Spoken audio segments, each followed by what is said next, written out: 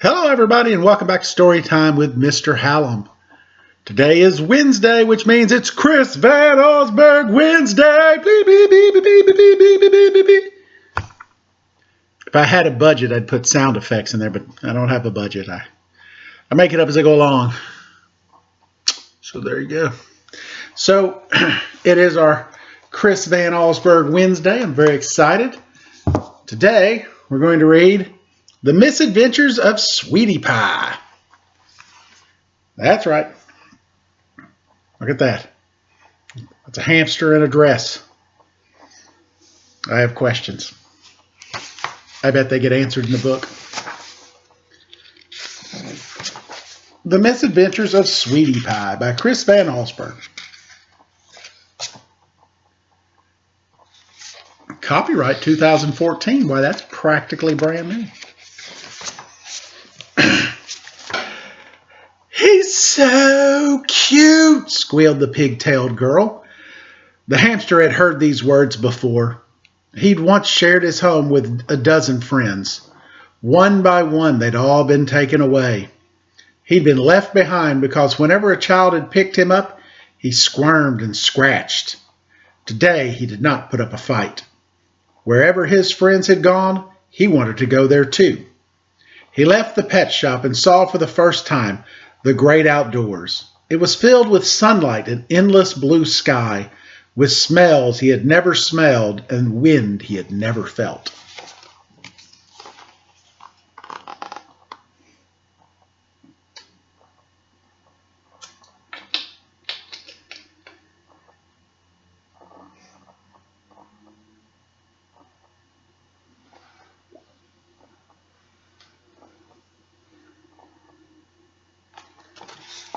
Trying to figure out where the best spot for you to see the pictures are. I'm looking to get a camera that I can aim down at it. In his new home, pigtails held him constantly, asking over and over, "Aren't you my little sweetie pie?" Since it was the only time he was let out of his small cage, he pretended to like it. One afternoon, Sweetie Pie awoke to find that his cage had been moved. Something else rested in its place. Pigtails sat in front of it for hours at a time. The girl didn't ignore him completely. Each morning she dropped extra large handfuls of food into his bowl.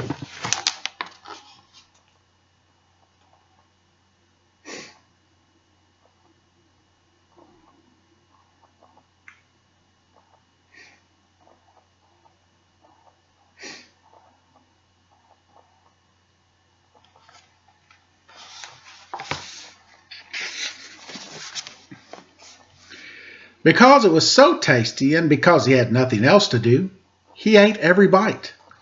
Many days passed this way until Pigtails brought a friend to meet Sweetie Pie.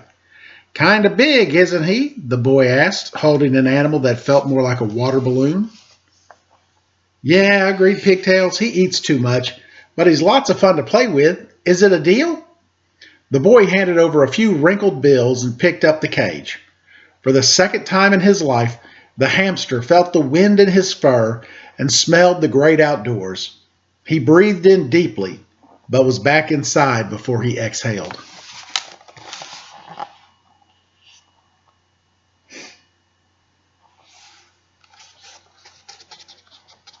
That's a relaxed hamster.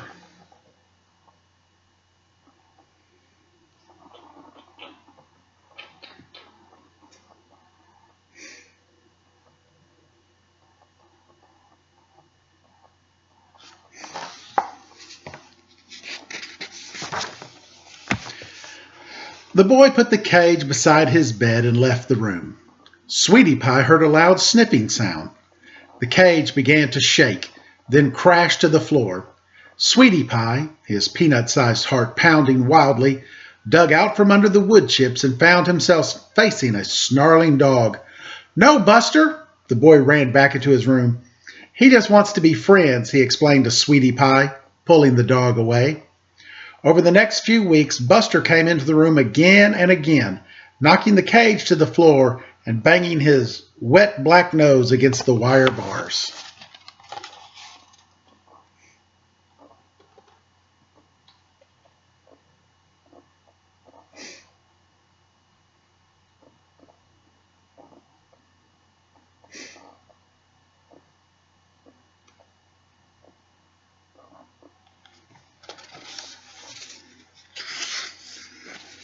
That'd be kind of scary if you were small.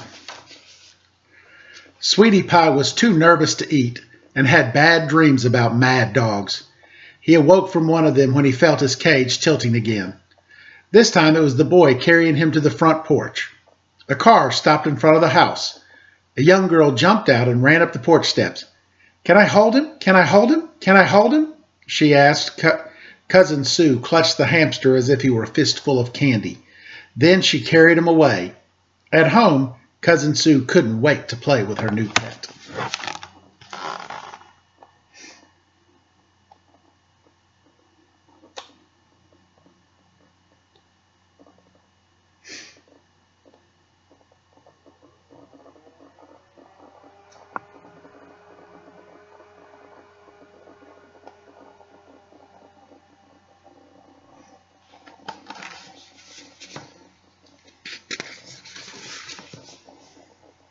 She grabbed Sweetie Pie and yanked his bony paws through the sleeves of a pink dress.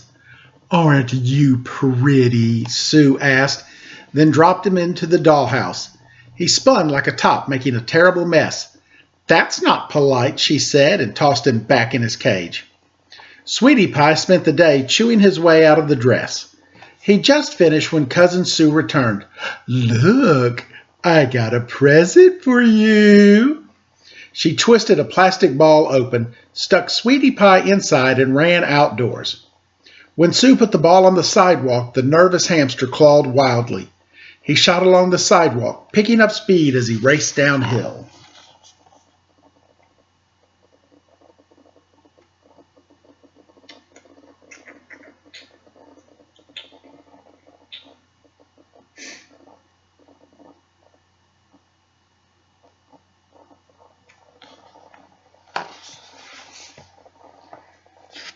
So now we know why he was wearing a dress. Oh, here, look at this.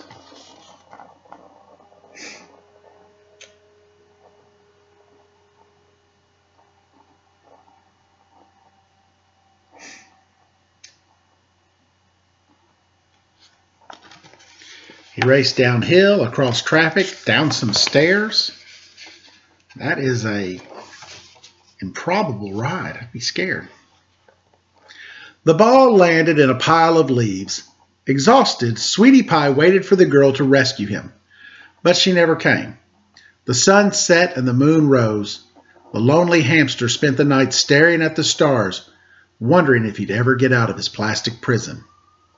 In the morning, he saw children playing nearby. He pawed frantically and threw himself against the ball. Slowly, it began to tilt, and then rolled off the pile of leaves. Sweetie Pie steered himself towards the children. When the ball came to a stop at her feet, a little girl picked it up.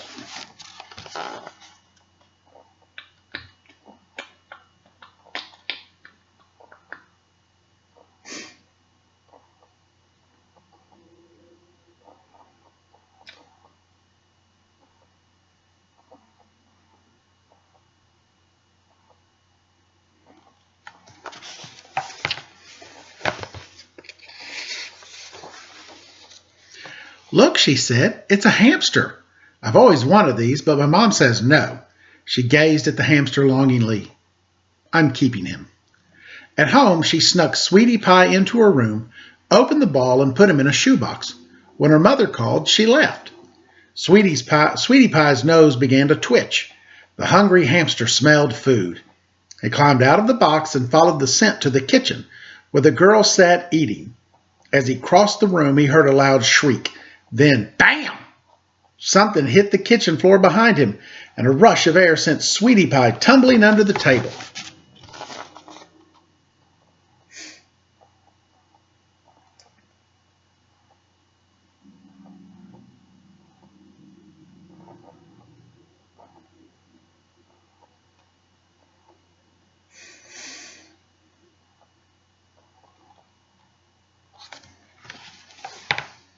Sweetie Pie is now on his fourth house. "A rat!" the girl's mother yelled, raising her broom for another blow. The girl dropped to the floor to rescue Sweetie Pie and begged to keep him. "Not in this house," her mother answered. The next day, the girl took Sweetie Pie to school, where he became the class pet. Each morning, a different group of children would feed him and play with him, but when class began, he went back into his cage. He spent the rest of the day watching the leaves fall and the squirrels running through the trees. Occasionally, one of the bushy-tailed animals came and sat on the windowsill.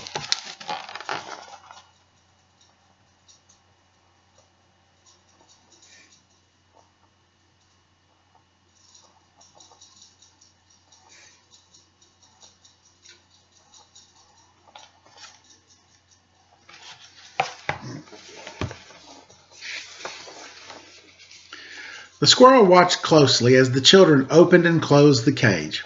The hamster wondered if the squirrel was laughing at him. A silly little animal turned into a plaything for children. When holiday vacation began, Sweetie Pie left with a boy who'd asked to take care of him.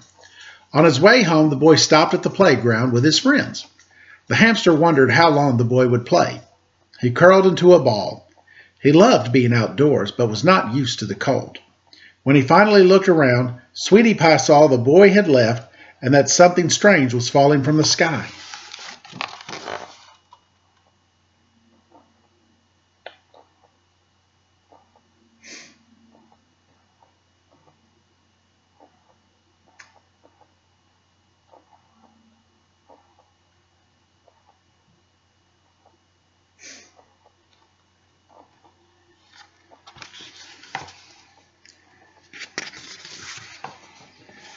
Before long, a blanket of white covered the wood chips in his cage.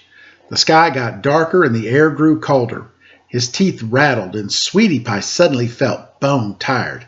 He wished he could stop shaking. Soon his wish was granted. The hamster became still. His eyes closed, and he fell into a deep and frigid sleep. After vacation, the children came back to school and saw the empty cage. The boy who'd left Sweetie Pie at the playground The boy who'd left Sweetie Pie at the playground described, with tears rolling down his cheeks, how he'd run back through the snow the next morning. He found the cage with its door open and no sign of the hamster.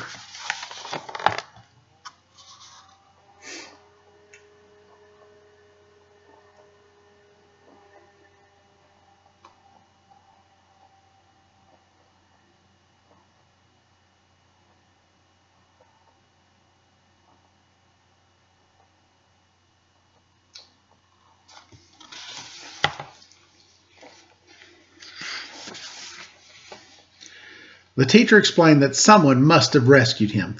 "I'm sure," she said, "a nice little boy or girl is taking care of him." The children knew better. Their forgetful classmate probably left the cage unlatched. The hamster had escaped and was now buried under a snowdrift, frozen as stiff as a popsicle. This made them very sad, but not for long. The next week, a guinea pig one of the children received for Christmas moved into Sweetie Pie's old cage. By the time spring arrived, all of the children, except for one, had forgotten about Sweetie Pie. The boy who'd left him outside could not stop worrying that with the snow melted, the hamster's body would soon be discovered.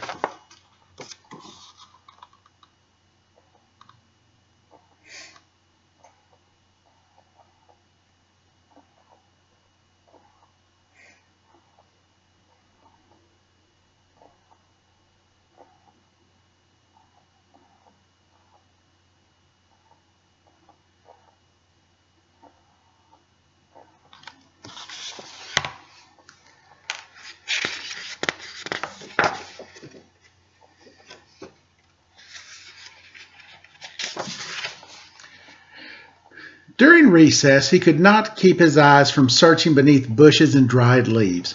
Where could Sweetie Pie be? Had the boy looked up instead of down, he would have found the answer. High above the playground, a pair of squirrels moved quickly through the trees. They crawled into a leaf-filled hollow made warm by their friends who were nesting there. The squirrel cracked off pieces of acorn with their sharp teeth and shared the food with their small, tailless comrade.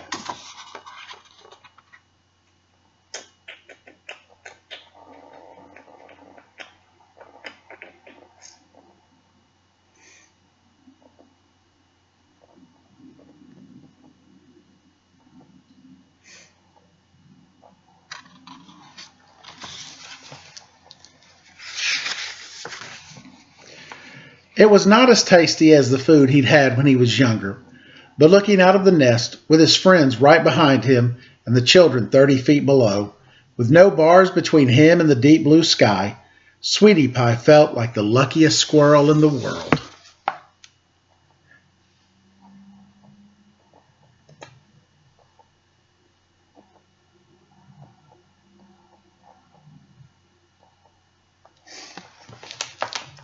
I like that story about Sweetie Pie.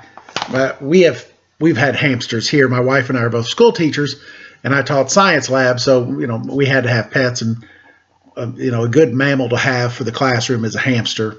Now, unlike these teachers, I was not the kind of teacher who's like, "Here, take it home." No, I don't trust kids, and that type of stuff happens. Oh, I was walking home, sat him down, walked over, got him. There's another science lab teacher next to me. And she had like turtles and a hamster and some other things, and kids would come in and go, "Can I take one home for the summer?" Blah, blah. And so they'd let them take them home. Well, these animals all died. I mean, nobody takes care of them.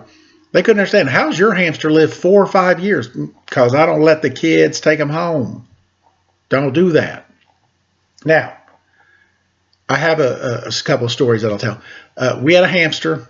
It was tan in color, and I can't remember if the hamster's name was Peanut Butter or if it was Jelly. There had been 2 of them, and one was Peanut Butter and the other was Jelly, because they go together. And I think it was Jelly. I think Jelly was at home with us. And my wife had Jelly, and she brought her home.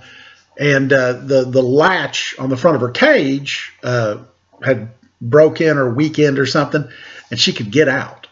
And so one night, I'm like asleep in my bed, and I feel this, and this little nose, I'm like, weep, weep, weep, weep, weep. Weep, weep, weep, weep. And this little nose touches my nose.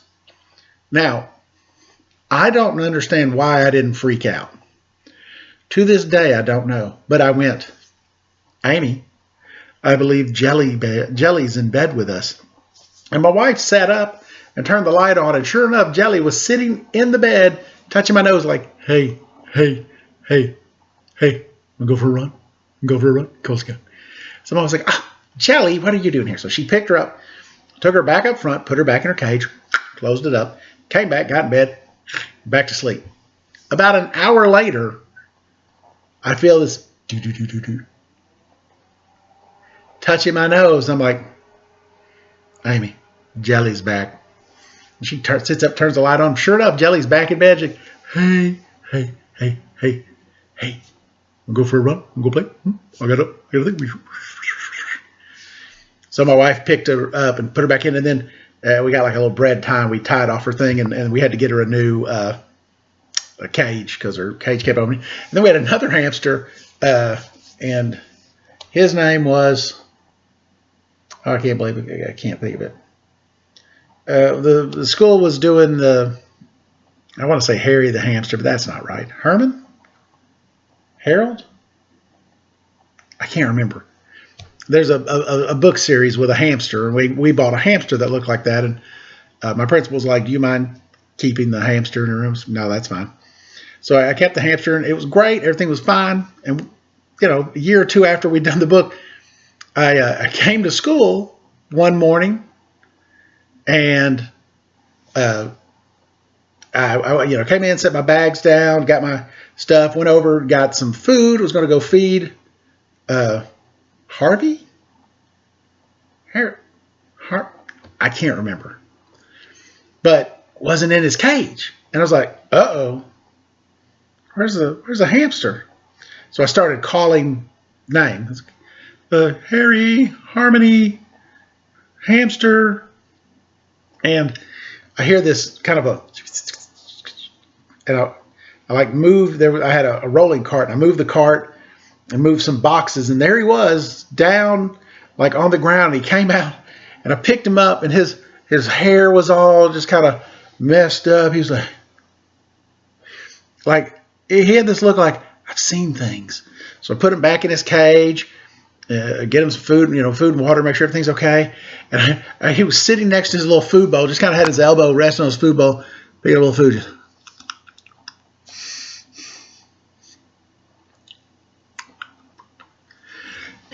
So didn't think anything about it. About a week later, I guess the custodians had come in and they moved his cage. And when they moved it, they took the book that I had a big physics book sitting on top of his cage.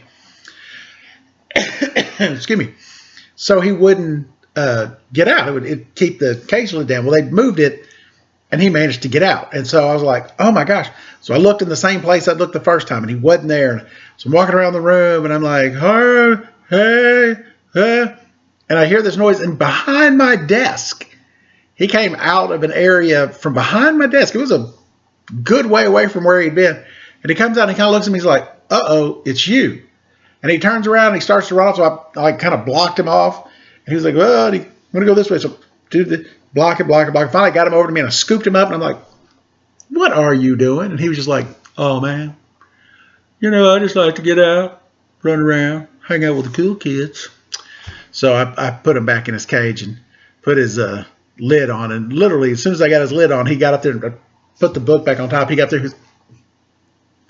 So we had to put a little note on there that said, this is Houdini. Do not let him out of his cage. Hamsters. They're a lot of fun. A golden hamster. That's what that hamster was. I can't think of his name. I'm a terrible person. I'm old. I got a lot of stuff in here. I can remember phone numbers of people that I haven't called in 35, 40 years. Can't think of the hamster's name that I had 5 years ago. That's just bad. Humphrey. Boom. Got it. That was his name. Humphrey. Ha ha. You thought I wouldn't remember it. Well, guys, thanks for tuning in. I hope you like the misadventures of Sweetie Pie. I do. Makes me think of Humphrey. So you guys have a great rest of the day, and I look forward to seeing you next time on Storytime with Mr. Hallum.